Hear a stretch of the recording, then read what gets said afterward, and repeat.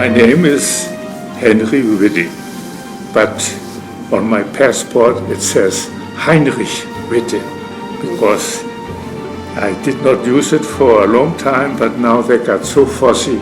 You have to let them know really your name and also your second and third name, and I do have it.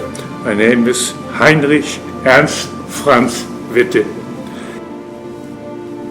I was born in a little town on the northern coast of Germany. It's called Nordenham.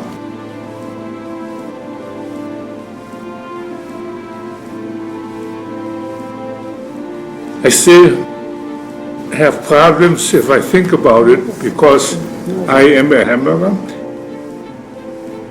My father was a born Hamburger, and he was a seaman. And this little town was and still is today a very important harbor for people who are fishing.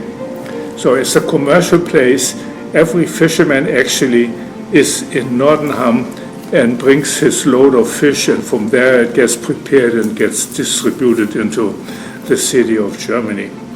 But I have no recollection. I don't know how the city looks or the town, because as a baby I came back to Hamburg, and so I consider myself a Hamburger.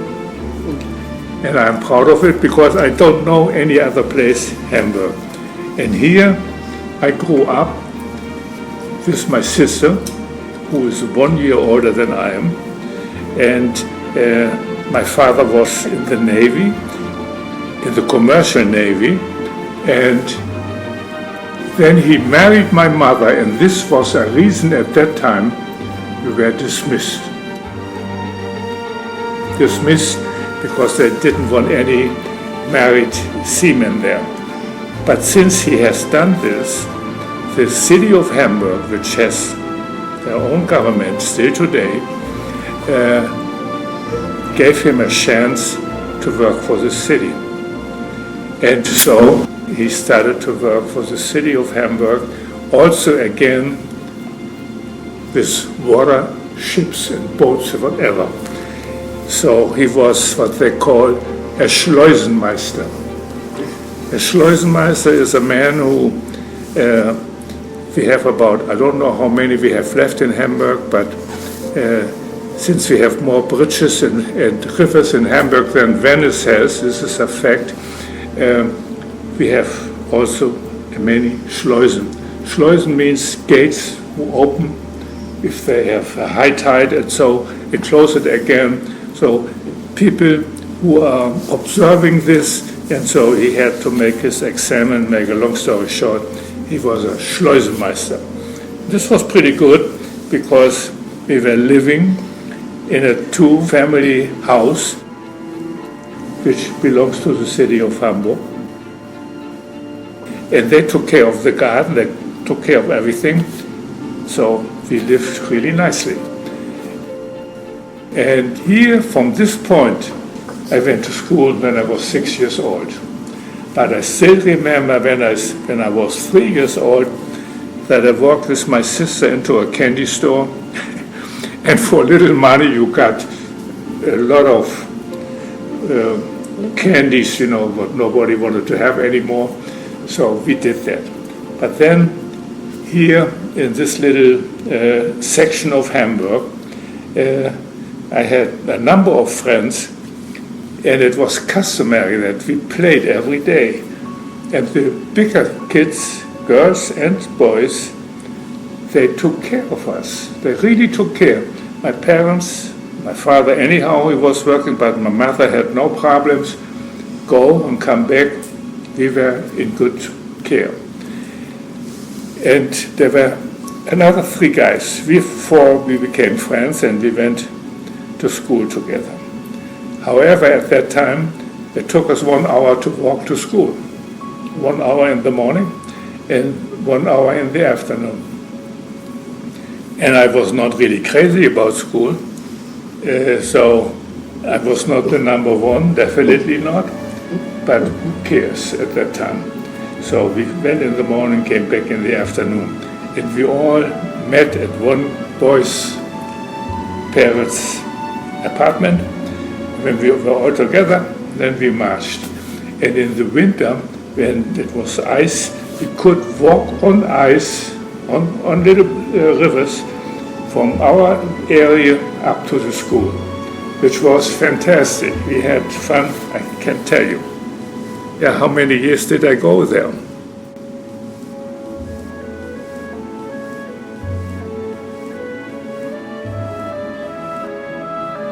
So, it's pretty quiet in Germany. There's no war, nothing. And politically, I had no idea, nothing. Then, one day, there was a war.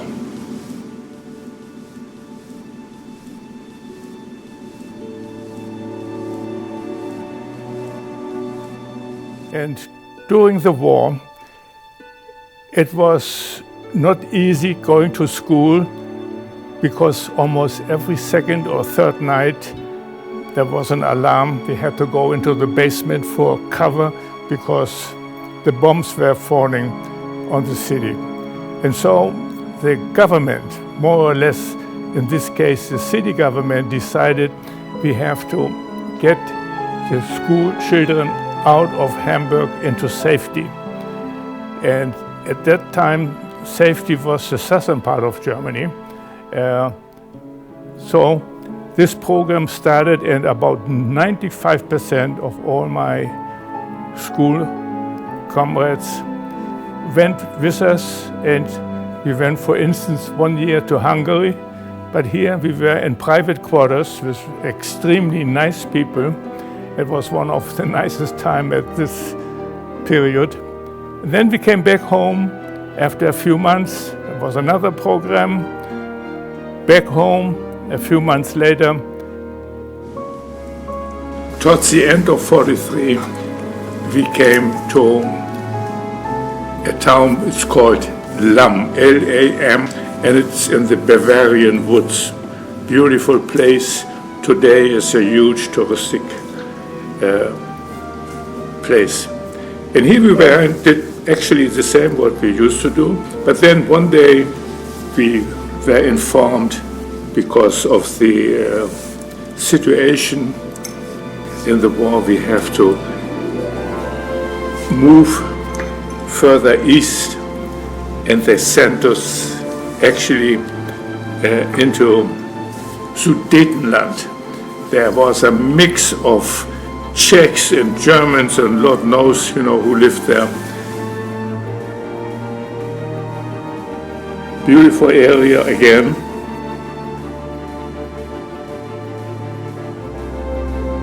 And here, 3 different classes, and we had different teachers. We got fantastic lessons every day, because there was one guy who was a chemical teacher, the other one biology, mathematics and whatever. So they were all specialized. So that's all what we did. And the only bad part was we were in an area which was not German friendly. And one day we came back to the so-called hotel. There came a few cars, and guys came out in civilian clothes, but everybody had a rifle in his hand. And they said, "Where's your Lagerkommandant?" And this name I never heard before. I said, "We do not have a commandant." And then he got mad at me because I gave him an answer which he didn't like. "Get him!" And then of course we got scared and we were running back, and it was late, not late. Got our teachers, they just took a nap, and then they came and said, 3 o'clock, we have to leave this country. And you could see that they were not fooling around. And we heard stories before that they are really not decent people, so to speak. they had their reasons, but still we were a little bit afraid. And so we were prepared. Everybody had his knapsack next to his bed. So in no time we were ready to march, and we did. And we got to the border, and here again some of those guys, which later on we learned they were partisans, didn't want to let us out. But fortunately, about maybe 200 feet or so, there were the Americans, soldiers, GIs. And they saw all of a sudden that there was something going on, because I have now made myself smart that there was an agreement between Patton and Lord knows what, that they have to stop and not going further east, you know, to leave it for the Russians. Big mistake today, but at that time we didn't know anything about this. So those guys came, and if you recall that they had those jeeps, but on the back seat also they had a machine gun. So they came, 2 or 3, and asking.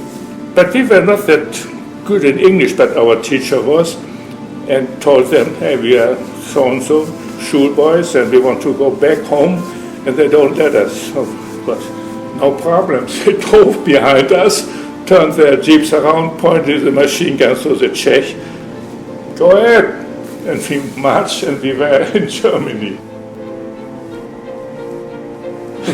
It was so easy.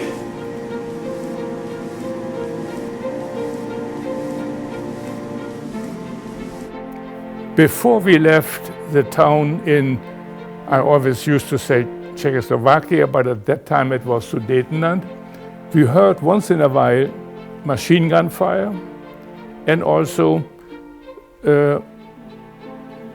artillery fire. And one day one friend said, oh, there are dead people. And we were running out into the field, and there was one of those duck holes. There were 3 German soldiers, but they were all dead. And, well, we were hanging around and went through their pockets, couldn't find anything except a pistol. And what do you like when you are in that age? You like a pistol. And we took it to our house where we were living. And then one wise guy tried to take it apart. And I knew from the experience I had with my father, who was very good at those things, you don't get it together if you don't know. And exactly, he destroyed the beautiful pistol because he didn't know, put it together again.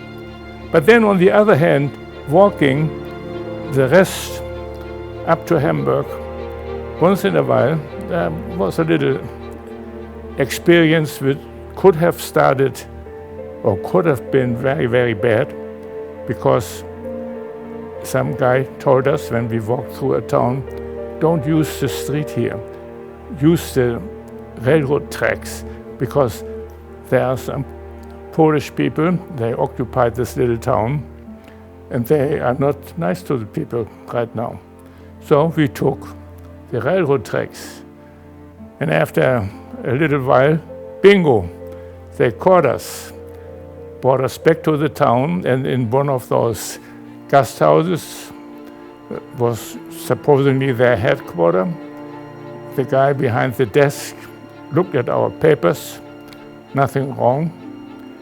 And then we wanted to leave, and then somebody pulled me back. What is in your bag? I had a bag under my arm. There was nothing else than a spoon, a fork, and a knife, what you could fold together, and a brown jacket. But the brown jacket, which looked maybe like a uniform jacket, but it wasn't, disturbed them. They thought I was maybe a member of some kind of an organization. But they spoke, which I didn't understand, but then they let me go. This was not nice, especially if you don't know the language they speak. And knowing from rumor, when you meet people on the road, dangerous, dangerous, be careful. So we went on. And then we hit one little town. There were some people sitting on the sidewalk in dresses like prison dresses, with black and white stripes. And then we were told this was a concentration camp. So they were sitting on the street, they were sitting on places, etc. But that's all. We just walked as fast as we could out to next town. So this was now in May, and we were on German territory. Now, I don't know whether anybody knows how it looked in Germany right after the war. Nothing, absolutely nothing was moving. No railroad, no cars, no train, absolutely nothing. There was no gasoline, no electricity. It was really a shame. So there was only one thing: you can trust your feet and start walking. And here, we all had in mind to walk home. That means from where we are, the Czech-German border, up to the city of Hamburg. And so we started to walk. Now, it was not our class only. We had about 4 or 5 different classes. So we were, let's say, 150 boys marching, plus our teachers. And so they arranged to stay overnight in farmhouses, where the farmer keeps his hay. So it was, for us, it didn't make any difference. So it went one day to another. And I couldn't stand that. So I had 3 friends, and we decided to talk to the teacher whether we could leave the whole group and go on our own. And that's what we did. He was not really pleasantly surprised, but he had no other choice. So he sent us a little note asking when we are walking, and we came to a little town, so that the mayor of the city, or of the town rather, could help us. But this piece of paper, I still have it, did not help us because some people couldn't read his handwriting, and then it didn't make any sense. But anyhow, we left the group and we started marching on our own. And I tell you, it was really, really a nice experience. There was no bad feelings or, oh, I'm sorry, I got hit now by something terrible. No, the weather was fantastic in May 45, so we were marching every day. And then we hanging around in little towns because we did not use main streets, because we were afraid to mingle with the refugees, and this is really not pleasant, so many people on the road. So we had little country roads, and it was just fantastic. And when we came to a little village, we hit the first little food store. At that time, there were stores there selling milk and eggs, and so money we had was no problem. And so I have to say, I never, ever met an unfriendly person on this trip. Everybody was helpful, no question. So we really were feeding ourselves. We were not hungry. And then our direction was still Bayreuth. It was a major city, well known today as the city of music. And when we went to Bayreuth and told the people we would like to go to Hamburg, then they said, no chance. If you want to go up there, you need a passport. You can apply for one, it takes 2-3 days. But Hamburg they would not issue a passport to. So we picked a little town in front of Hamburg, and we were waiting for 3 days, and indeed we got the passport, and I hope you can see it. And from here we continued. Now everybody got the passport. So we had 4 individual passports, and we marched. And when we came now to a town, we went to, there's always, as you know, a mayor, a little office in a town, and we showed our passport, and then we asked for food stamps, because everything was rationed. You could not just go and buy food. There was really no food. But we got food stamps always for 2 days. Now, I have to say that before we used those passports, a guy approached us in a farmhouse where we stayed overnight. And for us, it was a man, maybe 40 years or so. He said, "Boys, where are you going?" "Well, we would like to go to Hamburg, home." "Oh, you have a pass?" "Yeah, we do." And then he asked us, "Would you mind that I take 2 of those passes and put all our names down?" Now we had the passports, and 2 of them had our 4 names plus the name of the gentleman. And so we continued to walk. However, this time when we walked into a little town, we got always food stamps for 2 days. And it was enough to still your hunger. And next day, we showed the other passport, again 2 days. So we had actually enough to eat, but we consumed the food which was meant for 2 days in 1 day. So we did not suffer at all. And so we walked.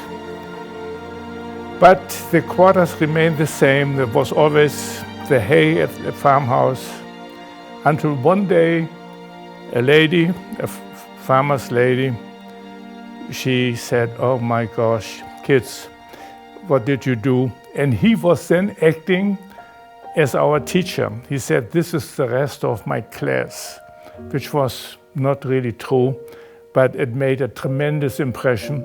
People got really sorry and were even nicer than they normally are. So this was the first time we could sleep in a real feather bed. But it was the only time on this trip, but it was nice. And she was telling us her husband is most likely, she didn't know for sure, in a prison camp. He was a soldier, but so far she had to manage everything by herself. And so we went on and on. And one day the gentleman said, "Listen, I have to say goodbye because my hometown is Kassel and not Hamburg. So take care." And we separated here and we continued to walk. Finally, we got to this little town shortly before Hamburg. And here we were sitting in front of a 3-4 family house. What do we do now? With the pass, we cannot get in. And a woman was looking out of the window and she said, "Hey guys, what are you doing here?" And we told her. And then the first question, "Did you have something to eat?" "No." So she collected little sandwiches, and after half an hour she came and gave us the sandwiches, and we were eating and eating. And out of a sudden, a big truck came loaded with potatoes. And she stopped the truck. And at this time, the driver was a German prisoner of war. So he was driving this truck on behalf of the British troops, because we were already in the British section of Germany. And she said to the driver, "Can you get those boys to Hamburg?" And he said, no problem, on top of the potatoes, and he drove. And after an hour or so, we were in front of a museum in Hamburg. It's still there and famous, but at that time it was a refugee camp, and he had to stop there because there was a curfew, and the curfew was 6 o'clock at night, so we were over the curfew limitation. But anyhow, right into the camp, and we got a stretcher to relax, and that was the end of our trip. So I said to my friends, listen, tomorrow morning when they lifted the curfew, I'm out here and walk home. And indeed, 6 o'clock in the morning, I was on the road and marched through Hamburg. And again, just picture nobody on the street, no noise from nothing. Traffic noise was not in existence. It was deadly silent. So it took me exactly from the museum in Hamburg next to the main station to my mother's house 1 hour. And I was ringing the doorbell, and boom, the door opened at once. I was really surprised so fast. And then, of course, big hugging and so. And I said, how come the door opened at once? Well, she said, I heard your steps, and I knew this is my son. And I have to say, my mother got always in her total life up early, because at that time she liked to smoke a cigarette and have a cup of black tea. That was the tradition from where she came from, Ostfriesland. So we had a big reunion. Now, there was one bad part started. I had to get undressed. She made the bathtub ready, and she thought I had any bacteria or bacillus, you know. I was really searched like a doctor couldn't do a better job. But then there came the bad decision. She said, you have to go to get a haircut, because I came out of a 10 weeks vacation, you know, suntanned and long hair, and so I said, oh God, no. Yes, she said, you cannot go under the people like this. And I did, and I always had problems with barbers, and he was another one who didn't know how to do it. He cut it too short, but hair grows, so it was not a big problem. So I was home. May 8, 1945. The war was officially over, but not really for Germany and for the German people. Bad times were coming up. No food and nothing to eat. So there were food stamps. However, you could hardly get anything. And so everybody had to see for himself how to survive. And so here we were. Nothing to do. Schools were closed. It was 45, the end. What we needed was food and something to heat your house. And so I went to a neighbor. His house was destroyed, and I helped him getting the stones out of his shaky house there, cleaned them up, piled them up so that he could start rebuilding. And the nice part was this man worked for a meat factory. So at weekend I always get 2 cutlets or 2 schnitzels, and this was like getting a piece of gold.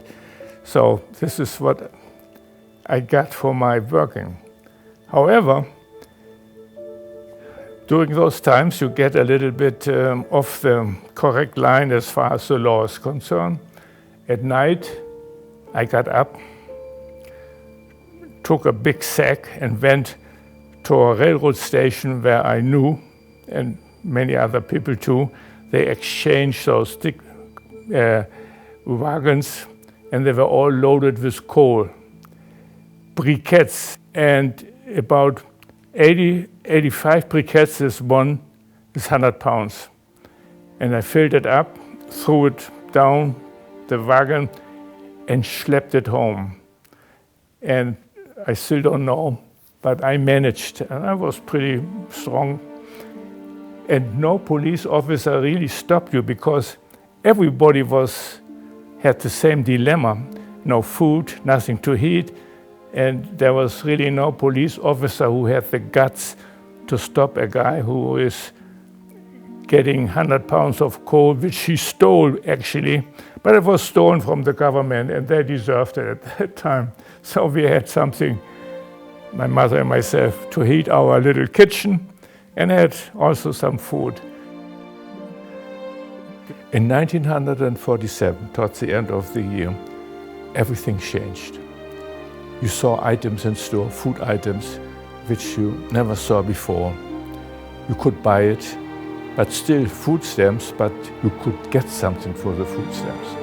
So it was a big hope, and indeed, everything was almost back to normal. And today, Hamburg is as beautiful as before, maybe even nicer, because as you know, we have our own government in Hamburg, and there are some smart people.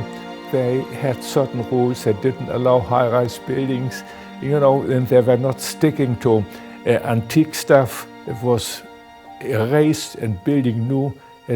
Everything looked fantastic. Hamburg is the #1 city in Germany.